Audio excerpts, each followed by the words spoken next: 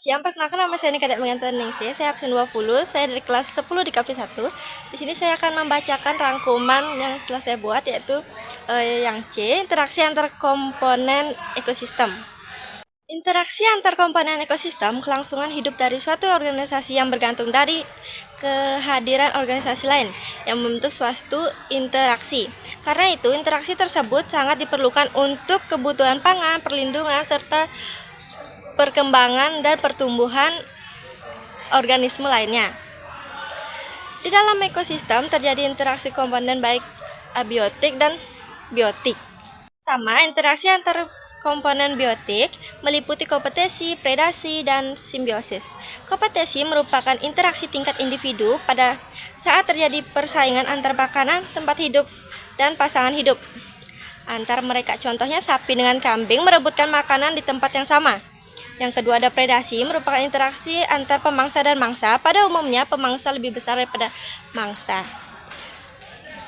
Contohnya ular memangsa tikus. Yang ketiga, ada simbiosis. Simbiosis adalah hubungan antara dua makhluk hidup yang berbeda jenis dan hidup bersama di suatu daerah. Terbagi menjadi 4 simbiosis. Yang pertama ada simbiosis mutualisme, yaitu bentuk interaksi antar dua organisme. Contohnya lebah dengan tumbuhan.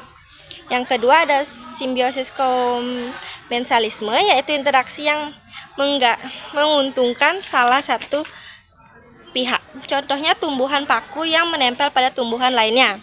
Yang ketiga ada simbiosis parasitisme, yaitu interaksi antar organisme di mana salah satu organisme diuntungkan sedangkan organisme lainnya dirugikan. Contohnya tanaman benalu dan pohon mangga. Tanaman benalu adalah parasit yang akan mengisap nutrisi daripada pohon mangga. Keempat, ada simbiosis netralisme, yaitu interaksi antara dua jenis organisme yang tidak saling mempengaruhi atau netral. Contohnya kambing dengan ayam, keduanya bisa mempunyai tempat yang sama tanpa harus mempengaruhi satu sama lain, karena ayam dan kambing memiliki makanan yang jenisnya berbeda. 2. Interaksi antar komponen biotik dan abiotik. Interaksi pada sebuah ekosistem melibatkan komponen biotik dan abiotik sehingga membentuk keseimbangan kehidupan di permukaan bumi, yaitu rantai makanan dan jaring-jaring makanan serta siklus materi. Yang pertama ada rantai makanan, adalah upaya pemenuhan energi bagi organisme heterotrof dengan cara memangsa organisme lain. Dalam rantai makanan terjadi transfer energi dari produsen hingga ke konsumen, terakhir melalui proses makan dan dimakan. Yang kedua ada jaring-jaring makanan. Dalam sebuah ekosistem, produsen dan konsumen primer tidak hanya dimangsa oleh satu spesies konsumen saja. Dalam jaring-jaring makanan terjadi interaksi kompetisi, yaitu saling bersaing untuk memperoleh makanan.